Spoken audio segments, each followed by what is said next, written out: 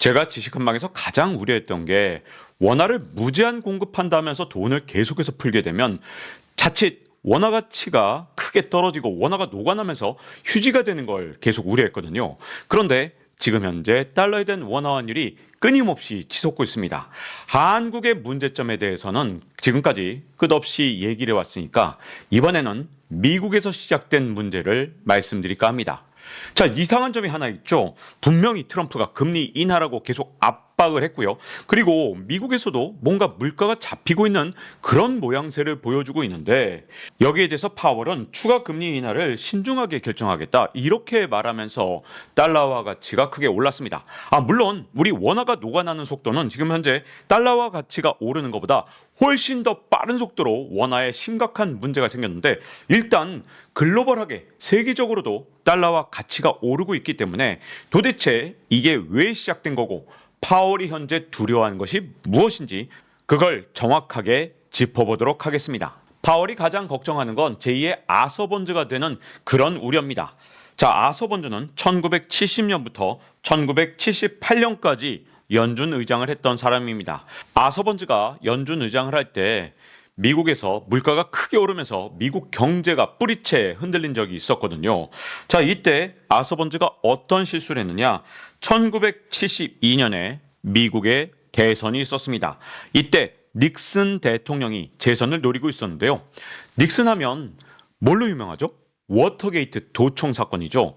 이렇게 도청까지 해서 대통령 재선을 노렸던 사람이니까 당연히 돈을 풀어서 경제가 좋아진 것처럼 위장하고 이걸 통해서 대통령에 다시 한번 당선되려고 진짜 온갖 수단을 다 사용했습니다. 미국 재무부를 통해서 천문학적인 돈을 풀었고요. 그 당시 연준 의장이었던 아서번즈한테 압력을 가해서 이렇게 파란색으로 보이는 기준금리를 선제적으로 낮추도록 했습니다. 이때 당시에 미국 물가를 완전히 잡지 못했는데 그럼에도 불구하고 기준금리를 낮추니까 당장은 1972년에 경제가 굉장히 좋아진 것처럼 착시 현상이 일어났습니다. 이 덕분에 닉슨은 재선 때 무려 60.7%라는 놀라운 득표율로 재선에 성공했습니다.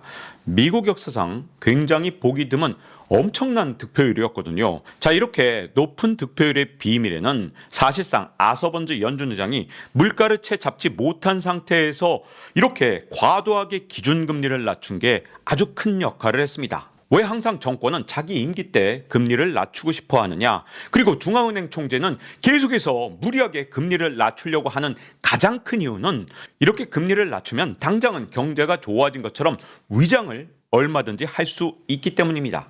하지만 그 다음부터 문제가 생겼죠. 1973년부터 미국의 물가가 무섭게 치솟아 오르기 시작합니다. 일부 증권 전문가들이 1973년에 물가 상승을 오롯이 석유 파동 때문이다. 오일 쇼크 때문이다. 이렇게 말하는 분들이 정말 많은데요. 이건 사실이 아닙니다. 오일 쇼크가 일어난 건 1973년 10월인데 그때 당시에 미국의 물가 상승률은 이미 전년 대비 10%가 넘었습니다. 이미 하이퍼 인플레이션 가까이 간 상태에서 오일 쇼크가 조금 더 물가 상승률을 끌어올렸을 뿐이지 물가 상승률의 근본 원인은 어디까지나 닉슨 때 재무부가 돈을 너무 많이 풀었고 당시에 연준 의장이었던 아서번즈가 금리를 너무 빨리 인하했기 때문에 이렇게 물가가 치솟았던 겁니다. 그러면 닉슨 전 대통령이나 아니면 아서번즈 전 연준 의장은 이렇게 천문학적인 돈을 풀면 나중에 물가가 오를 것을 몰랐겠느냐? 아마도 알았을 겁니다. 왜냐하면 이건 경제학자들의 상식입니다. 제롬 파월이 2021년 잭슨홀 미팅에서 뭐라 그랬냐?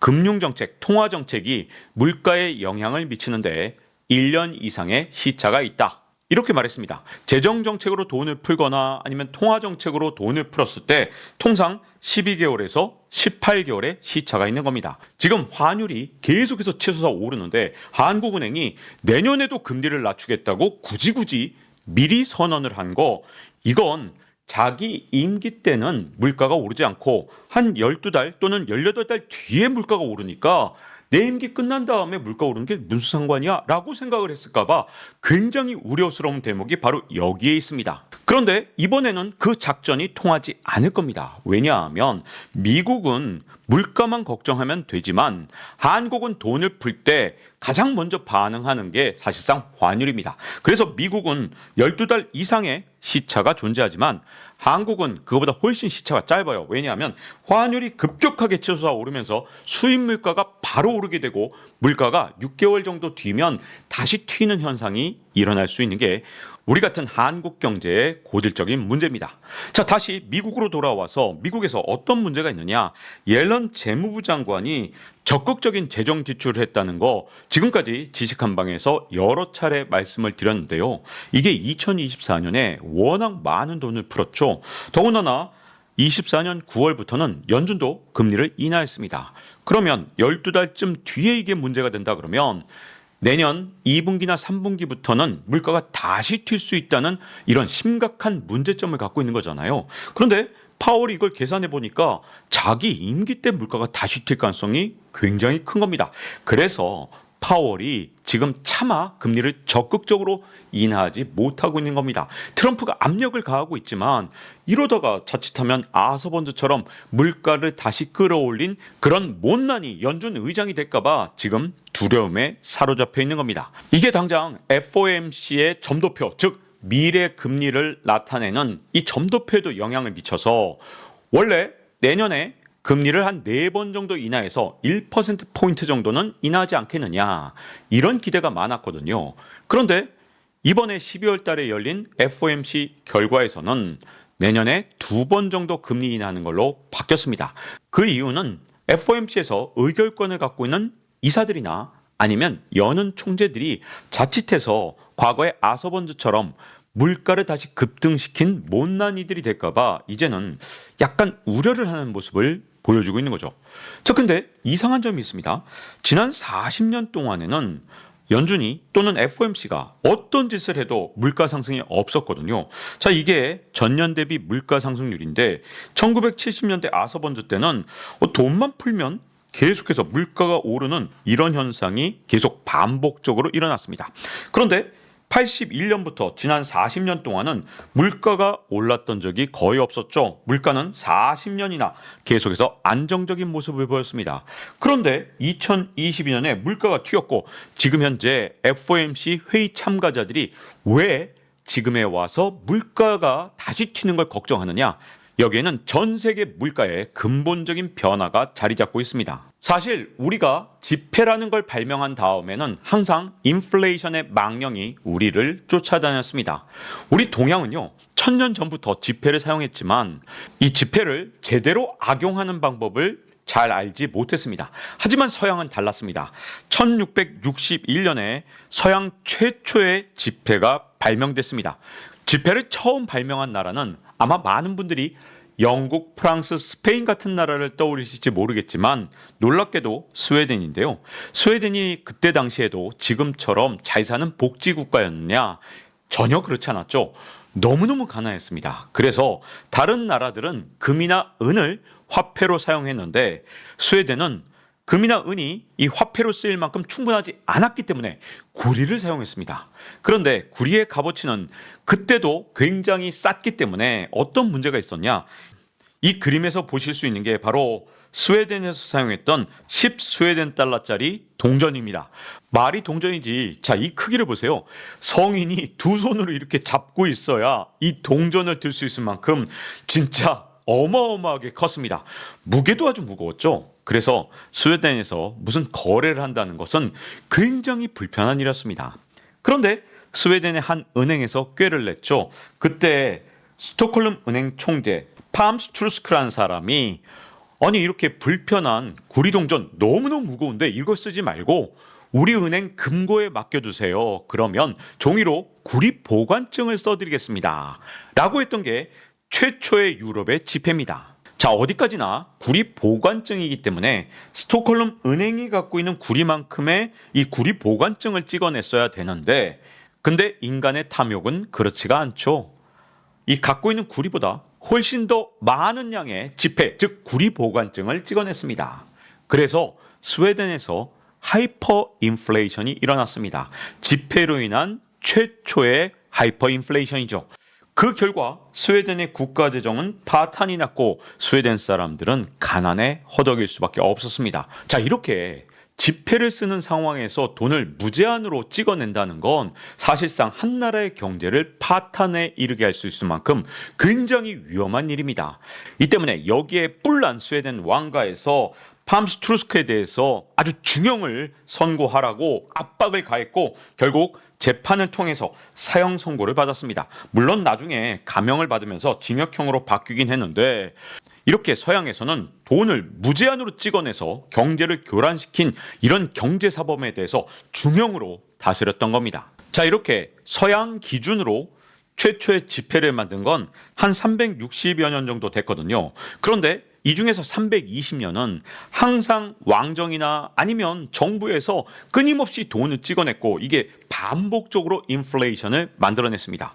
그런데 지난 40년 동안은 정말 희한하게도 인플레이션이 완전히 사라졌었죠. 여기에는 이유가 있습니다. 바로 세계화가 가져온 마법인데요. 자, 세계화 이후에 세계가 얼마나 달라졌느냐? 이게 진짜 중요합니다. 세계화 이전에는 미국과 소련이 패권 전쟁을 했잖아요. 그래서 예를 들어서 남미 같은 나라에 잘못 투자했다가 쿠데타가 나고 그 나라가 친소련 국가를 표방하기 시작하면 서방이 투자해놨던 소중한 이런 어떤 자원 채굴 장비라든가 아니면 공장들 같은 걸 이 정부에 의해서 빼앗길 수가 있었습니다. 하지만 1991년에 소련이 붕괴되고 그 다음에 미국이 패권 국가, 그것도 단일한 패권 국가가 되면서 감히 서방의 자산을 빼앗는다. 그러면 미국이 제재를 통해서 아주 심하게 혼내줬습니다. 그래서 누구도 감히 이 미국이 지배하는 패권 질서에 도전하지 못했고요. 이 덕분에 우리는 카자흐스탄에서 미국 회사가 천연가스를 개발하고 그리고 가이아나에서 미국의 엑슨모빌이 석유를 개발하는 이런 놀라운 일을 목격한 겁니다. 이 덕분에 원유 가격이 얼마나 오랜 기간 동안 안정돼 있었냐? 1980년대 초반에 원유 가격은 1배럴에 $40가 넘은 적도 있었습니다. 하지만 지금 원유 가격이 고작 1배럴에 $70 정도밖에 되지 않잖아요. 이 정도로 오랫동안 원유 가격이 안정될 수 있었던 가장 큰 이유는 세계화를 통해서 얼마든지 새로운 유전이 새로운 땅에서 끊임없이 개발됐기 때문입니다. 이게 원유만 그런 게 아니라 구리, 철광석 모든 원자재가 이렇게 실제 가격이 거의 20분의 1 토막이 났습니다. 1980년대 초반에 우리나라 버스비 같은 경우 또는 대학 등록금 같은 경우 얼마나 쌌는지를 생각해 보세요. 지금 30배, 40배가 올랐죠. 근데 유가나 철광석, 구리 같은 게 얼마나 안 올랐냐? 실제 가격은 거의 10분의 1 토막 혹은 20분의 1 토막이 날 수가 있었던 겁니다. 더군다나 세계화 이후에는 우리는 마음 놓고 과거에 중공이라고 불렀던 중국 땅에다가 투자를 했고요. 그리고 베트남, 아니 옛날에는 공산권인데 어떻게 감히 투자했겠습니까? 그런데 지금은 베트남에 투자해서 인건비를 얼마든지 절감할 수 있게 됐죠. 그 이유는 미국이 패권 질서를 지배하는 유일한 국가가 됐고 말 그대로 팍스 아메리카나, 미국에 의한 평화가 유지되면서 미국이 떼인 돈을 받아주는 아주 강력한 경찰 국가 역할을 했기 때문입니다. 그런데 이제 세계화는 끝났습니다. 탈세계화 시대가 시작됐죠. 이제는 세계화를 추진했던 미국이 더 이상 세계화를 원하지 않습니다. 그래서 걸핏하면 미국의 공장을 지으라고 하는데 문제는 인건비가 미국 같은 경우 훨씬 비싸다는 겁니다.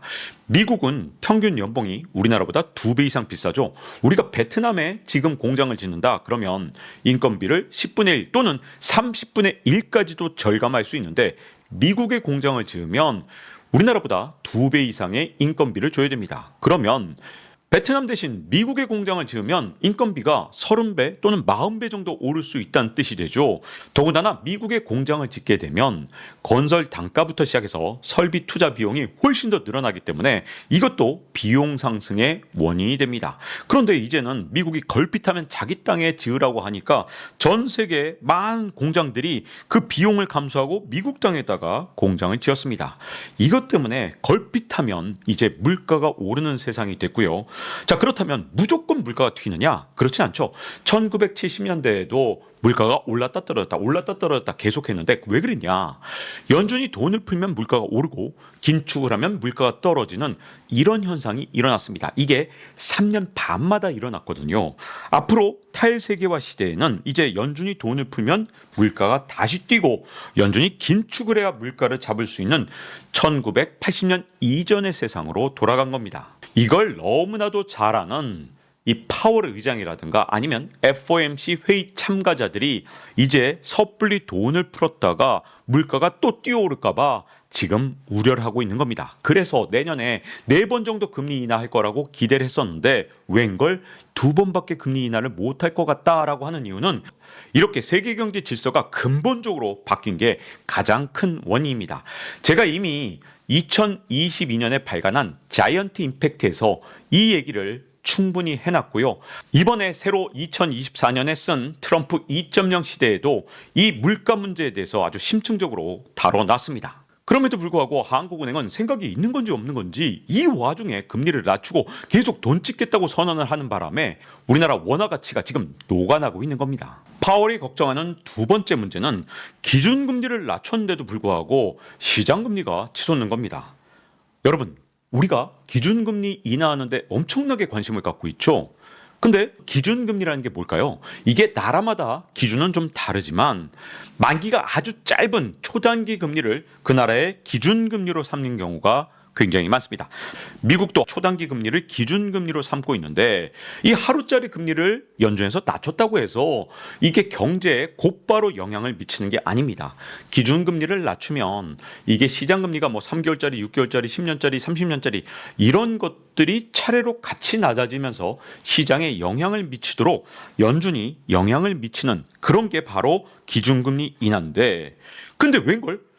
연준이 FOMC 회의를 통해서 기준금리를 이렇게 계속해서 낮췄죠. 3번에 걸쳐서 낮추면서 1%포인트를 낮추었는데 그런데 연준이 기준금리를 낮추기 하루 전인 9월 17일 미국의 10년물 국채금리는 3.6%였습니다. 그런데 지금 이 방송을 녹화하고 있을 때 미국의 10년물 국채금리는 4.6%예요. 기준금리는 1%포인트 낮췄는데 10년물 미국 국채금리는 거꾸로 1%포인트가 올랐습니다. 그러니까 연준이 기준금리를 낮췄는데 시장을 통제하기는커녕 시장은 제멋대로 날뛰고 있는 거죠. 그래서 지금 아마 파월이 잔뜩 긴장했을 겁니다.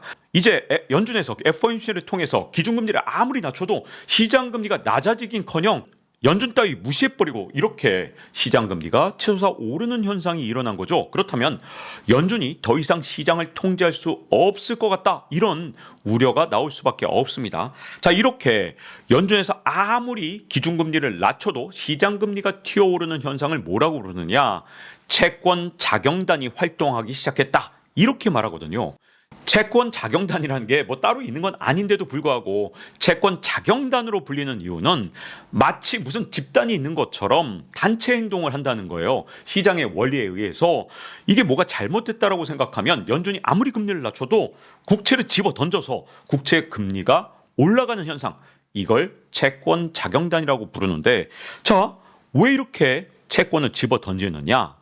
여기에 이유가 있습니다. 첫 번째 이유는 연준이 기준금리를 낮추는 게 거꾸로 미국의 물가 상승을 다시 한번 유발해서 이게 문제를 일으킬 수 있을 것이다.